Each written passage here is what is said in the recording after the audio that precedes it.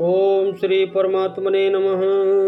यथार्थ गीता अध्याय 2 श्लोक 54 और 55।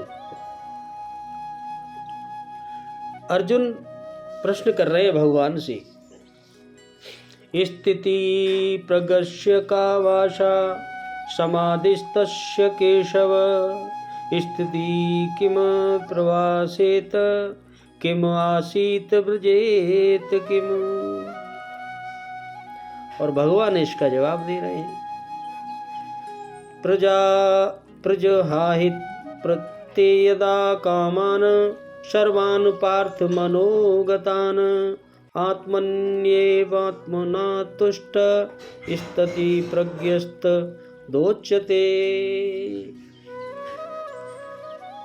अर्जुन बोले, हे केशव, हे माधव, समाधि में स्थित परमात्मा को प्राप्त हुए स्थिर बुद्धि पुरुष का क्या लक्षण है?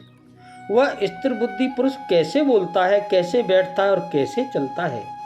कैसे पहचाने हम? भगवान बोले, अर्जुन,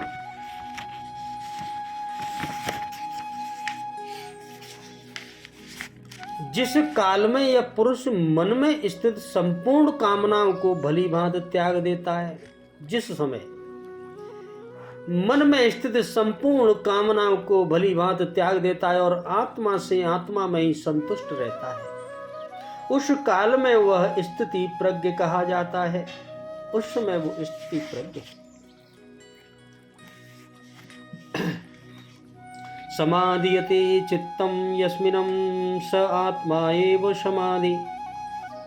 जिसमें चित्त का समाधान किया जाए वह आत्मा ही समाधि है। अनादि तत्व में जो समत्व प्राप्त कर ले उसे समाधिस्थ कहते हैं। अर्जुन ने पूछा, केशव, समाधिस्थ स्थिर बुद्धि वाले महापुरुषों के क्या लक्षण हैं? स्थिति प्रज्ञ पुरुष कैसे बोलता है, वह कैसे बैठता है, वह कैसे चलता है? 4 प्रश्न अर्जुन ने किए। इस पर भगवान श्री कृष्ण ने स्थिति प्रज्ञ के बारे में कहा, पार्थ, जब मनुष्य मन में स्थित संपूर्ण कामनाओं को त्याग देता है तब वो आत्मा से आत्मा में संतुष्ट हुआ स्थिति बुद्धि वाला कहा जाता है। कामनाओं के त्याग पर ही आत्मा का दिग्दर्शन होता है। ऐसा आत्मा राम आत्मतृप्त महापुरुष ही स्थिति प्रज्ञ है। ऐसा ही स्थिति प्रज्ञ है। यह केशव संबोधन का क्या भाव है? क, अ, ईश और ब, केशव, इन चारों के मिलने से केशव पद बनता है। अतः क माने ब्रह्मा, अ माने विष्णु और ईश माने शिव। ये तीनों जिसके बप्पु अर्थात स्वरूप हों उसको केशव कहते हैं। वाह!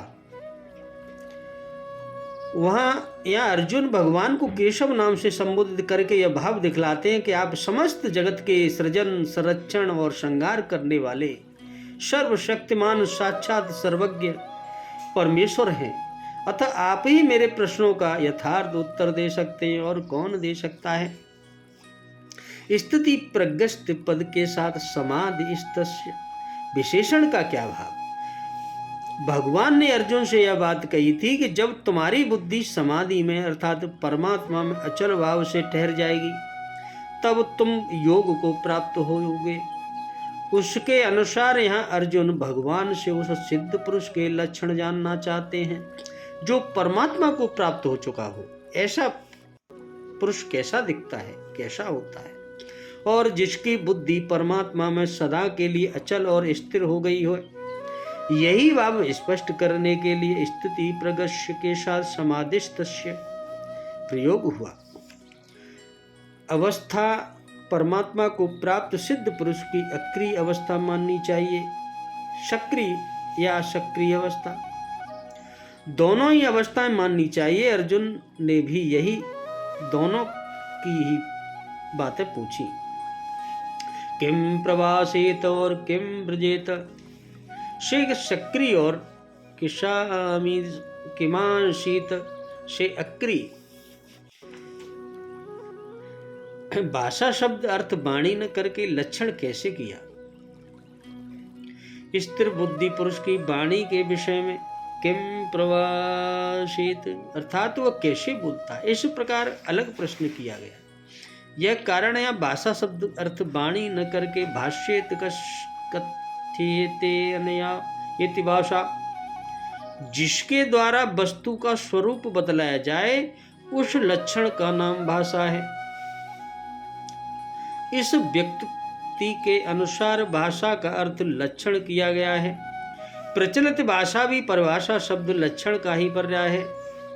भाषा का प्रयोग स्थिर बुद्धि पुरुष कैसे बोलता है, कैसे चलता है, कैसे बैठता है, साधारण बोलने बैठने और चलने की बात है या और कुछ विशेष बात है, इसका क्या भाव है। परमात्मा को प्राप्त सिद्ध पुरुष की सभी बातों में विशेषता होती है। वाह, अतएव उसका साधारण बोलना बैठना और चलना भी विलक्षण ही होता है। किंतु यहाँ साधारण बोलने बैठने और चलने की बात नहीं, यहाँ बोलने से तात्पर्य है कि उसके मन में किन भावों से भावित होते हैं, उनके वचन मन के किन भावों से भाषित होते हैं। बैठने से तात्पर्य व्यवहार रहित काल में उसकी कैसी अवस्था होती है, और चलने से तात्पर्य को उसके आचरण कैसे होते हैं। अर्जुन ने परमात्मा को प्राप्त हुए सिद्ध योगी के विषय में 4 बातें पूछी। इन चारों बातों का उत्तर भगवान आध्यात्म की समाप्ति पर्यंत दिया है। बीच में प्रसंगवश दूसरी बातें भी कहीं। इस अगले श्लोक में भगवान बता रहे हैं, क्या कह रहे हैं प्रभु,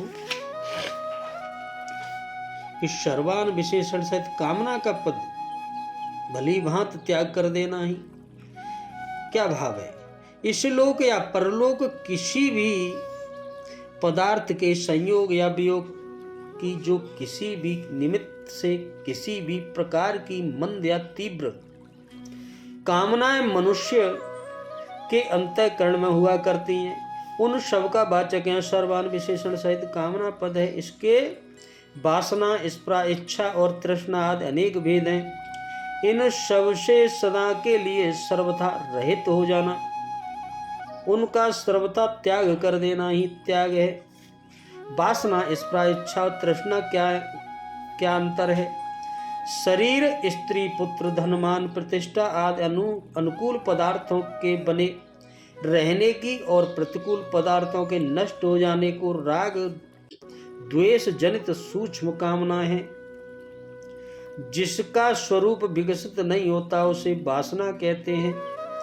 किसी अनुकूल वस्तु के अभाव का बोध होने पर जो चित्त में ऐसा अभाव होता है कि अमुक वस्तु की आवश्यकता है, उसके बिना काम नहीं चलेगा, इस अपेक्षा रूप कामना का नाम स्पृहा है। यह कामना वासना की अपेक्षा विकसित रूप है। जिस अनुकूल वस्तु का अभाव होता है उसके मिलने और प्रतिकूल के विनाश की या न मिलने की प्रकट कामना का नाम इच्छा है। यह कामना का पूर्ण विकसित रूप है।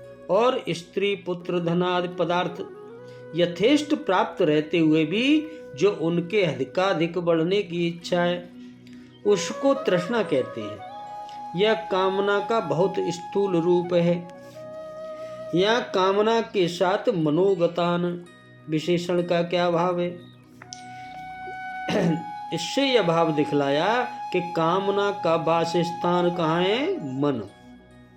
अतः बुद्धि के साथ साथ जब मन परमात्मा में अटल स्थिर हो जाता है तब इन सब का सर्वथा अभाव हो जाता है, तब ये दूर होती है जब मन भगवान में लग जाता है। इसलिए यह समझना चाहिए कि जब तक साधक के मन में रहने वाली कामनाओं का सर्वथा अभाव नहीं हो जाता तब तक उसकी बुद्धि स्थिर नहीं है। आत्मा से आत्मा में ही संतुष्ट रहना क्या है। अंतःकरण में स्थित समस्त कामनाओं का सर्वथा अभाव हो जाने के बाद समस्त दृश्य जगत से सर्वथा अतीत नित्य शुद्ध बुद्धि परमात्मा के यथार्थ स्वरूप को प्रत्यक्ष करके जो उसी में नित्य तृप्त हो जाना है, यही आत्मा से आत्मा में ही संतुष्ट रहना है। तीसरे अध्याय के 17वें श्लोक में भी महापुरुषों के लक्षणों में आत्मा में ही तृप्ति और आत्मा में ही संतुष्ट रहने की बात कही गई है। उस समय वह स्थिति प्रज्ञ कहा जाता है। इस कथन का क्या भाव है? इससे यह भाव दिखलाया गया है कि कर्मयोग का साधन करते करते जब योगी की उपयुक्त स्थिति हो जाए तब समझना चाहिए कि उसकी बुद्धि परमात्मा में अटल स्थित हो गई है, अर्थात वह योगी परमात्मा को प्राप्त हो चुका है। स्थिति प्रज्ञ के विषय में अर्जुन ने 4 बातें पूछी। उनमें से पहला प्रश्न इतना व्यापक है कि उसके बाद के तीनों प्रश्नों का उसमें अंतर्भाव हो जाता है।